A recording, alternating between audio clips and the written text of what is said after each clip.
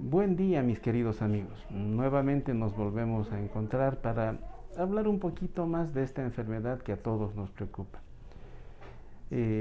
Recordemos de que se trata de el SARS-CoV-2. Todos sabemos de que viene la evolución del síndrome agudo respiratorio severo, cuyo origen data del 2002-2003, cuando de pronto apareció una primera versión de un síndrome agudo respiratorio severo de esa época.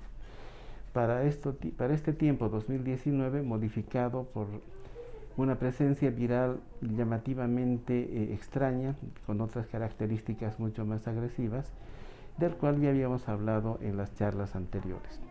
Hoy vamos a hablar de la evolución de la enfermedad. ¿Qué pasa cuando nos contagiamos? ¿Qué sucede? ¿Cómo se presenta? De pronto, ¿qué debemos esperar? ¿Todos enfermaremos igual? ¿Toda la gente caerá con la misma intensidad? Es la pregunta que todos nos hacemos y nos preocupa bastante porque todos pensamos que si contraemos la enfermedad nos puede ir muy mal. Llegaremos al hospital, necesitaremos oxígeno, necesitaremos un respirador y eso es lo que a todos nos preocupa. La verdad es que no es tan así esta enfermedad, gracias a Dios. La estadística nos dice que de cada 100 enfermos, aproximadamente un 60% va a pasar la enfermedad con síntomas leves, aproximadamente un 25% a 30% pasará con síntomas moderados y solo un pequeño porcentaje restante, de un 5-8%, puede llegar a ser síntomas severos, de los cuales muy pocos verdaderamente requerirán internación. Pero si hablamos en números mucho más grandes, en poblaciones como la que tiene La Paz, de más de 1 millón de personas, El Alto, Santa Cruz con 1.700.000, casi 2 millones de personas, y los recursos hospitalarios con los que se cuentan, de pronto esas pocas cantidades, esos pocos porcentajes que van a requerir hospital, internación, oxígeno, respirador, llegan a ser demasiados, tan demasiados que de pronto los hospitales ya no se dan abasto para poder dar satisfacción a toda la demanda. Y en la evolución de la enfermedad tenemos lo siguiente: una vez que tomamos contacto con un portador, sea sintomático, asintomático, un contacto laboral, un contacto familiar, un contacto en la cola del banco, en el supermercado, que pueda con sus estornudos estar diseminando el virus y nosotros adquirirlo, más o menos en cuánto tiempo vamos a empezar a incubar. El proceso de incubación para que desarrollemos la enfermedad va aproximadamente de 72 horas a 11 días. Es un tiempo variable, dependiendo de la carga viral al cual estemos expuesta. Si nos hemos encontrado con muchísimos virus, posiblemente en 72 horas ya estemos empezando a tener manifestaciones. Si la carga viral es leve, es pequeña, es mínima, es muy posible que recién a los 10-11 días empecemos a manifestar los síntomas de aparición de la enfermedad respiratoria en nuestro cuerpo. ¿Y cuáles son los síntomas que vamos a tener? Vamos a tener lo siguiente: vamos a agruparlos en 3 grupos, en 3 manifestaciones. Lo que serían los síntomas habituales leves: fiebre, tos seca y cansancio. Hace la gran mayoría de las personas, 60% de las personas, casi 70%. Y con antigripales, medidas de reposo, líquidos calientes, de repente uso de aspirinas, paracetamoles e ibuprofenos, pasan y ni se dieron cuenta de que superaron un COVID. El otro porcentaje, más o menos un 30%, tendrá síntomas un poco menos comunes, más llamativos, que son los siguientes: molestias y dolores. Y esas molestias y dolores son dolor de garganta, dolor al deglutir, dolor persistente aún al respirar, diarrea, conjuntivitis, ojo rojo, ojo seco, ojo que nos arde, dolor de cabeza. Ese dolor de cabeza es muy característico. Muchos pacientes refieren: es un dolor como si un clavo me perforara la cabeza de arriba para abajo. Otros dicen: es un dolor como si el dolor de ojos se me encontrara con el dolor de cabeza y entre ambos se cruzan y me quieren partir la cabeza. El otro dolor que aparece es como si una aguja penetrara por mi de la parte superior de mi cabeza y quisiera continuar por mi columna. Esos son los síntomas que refieren de dolor a nivel de cabeza los pacientes cuando hablan de aquel. Aparece posteriormente la pérdida del sentido del olfato o del gusto. Primero el olfato y más tardíamente del gusto. Pero estos síntomas ya cuando han alcanzado el 8º, 9º, 10º día dentro de la evolución de la enfermedad. Y más tardíamente pueden aparecer erupciones cutáneas, pequeños manchas o puntitos rojos, e inclusive color azulado en los dedos, un color morado en las uñas y labios azules, labios cianóticos. Hasta ahí, digamos que todavía la enfermedad es moderada, reversible, podemos combatirla en la casa.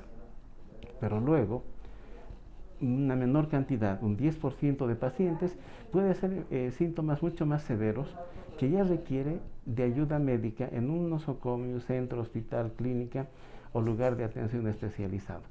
Y eso es justamente cuando aparece dificultad para respirar, falta de aire, sensación de opresión en el pecho, dolor en el pecho, incapacidad para hablar, moverse, porque la fatiga, la sensación de aire que nos falta es demasiada. Al presentar síntomas graves, al presentar estos últimos síntomas de la sensación de opresión en el pecho, es donde se debe buscar ayuda médica de inmediato. Desde ya, la orientación médica en el manejo de toda la enfermedad sería deseable que esté presente en cualquiera de las fases que hemos relatado, pero el auxilio médico fundamental sería sobre todo en esta tercera fase. Es recomendable que las personas que sufran la enfermedad y que tengan buen estado de salud hagan un buen tratamiento en su casa, en su hogar, y verán que el cuadro evoluciona satisfactoriamente bien. Las personas que tienen problemas de enfermedades de base y que en el plazo de 5 a 8 días no han tenido una evolución satisfactoria, sí deberán buscar una atención médica y apoyo más adecuado en un centro de salud, en el hospital, en su seguro médico, donde ellos puedan acudir. Luego tenemos otro tipo de problemas que son importantes que podamos manejar o conocer.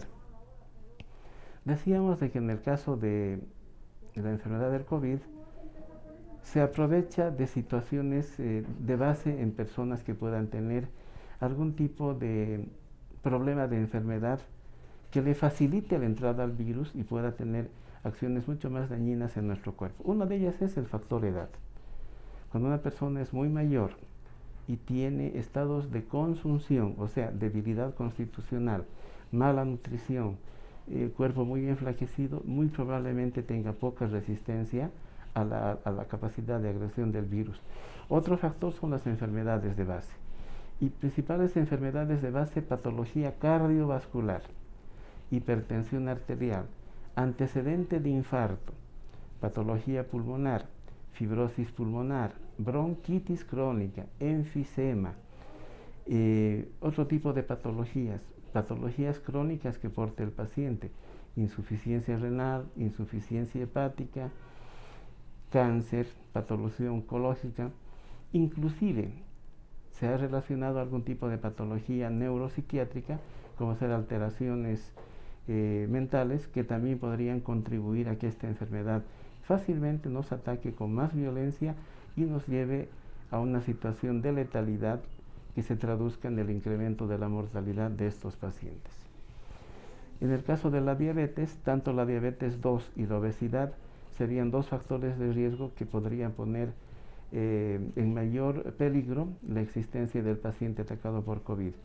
Y también la diabetes tipo 1, insulino dependiente, es otro factor bastante dañino que favorecería la evolución mala de la enfermedad. ¿Ya? Esto como factores predisponentes. Ahora hablaremos de complicaciones.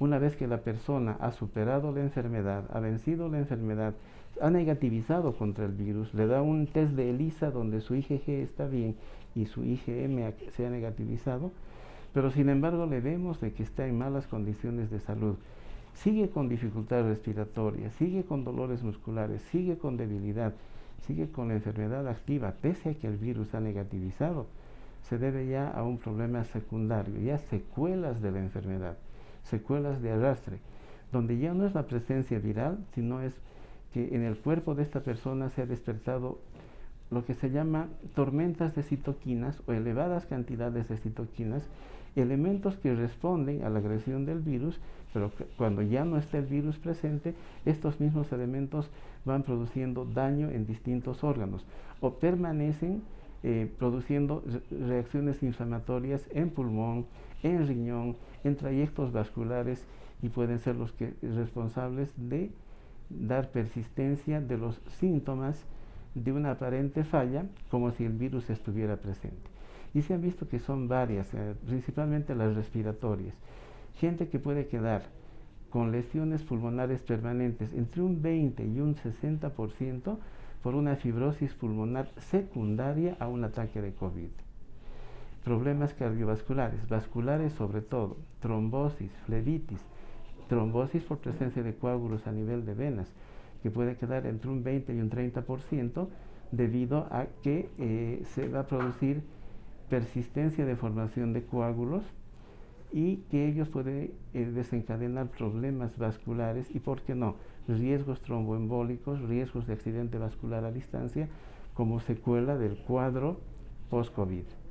Y también se ha visto, aunque todavía no hay mucho fundamento, pero sí hay el postulado de que puede dar lesiones neuropsiquiátricas con alteraciones a nivel cerebral encefálico debido a este tipo de problemas.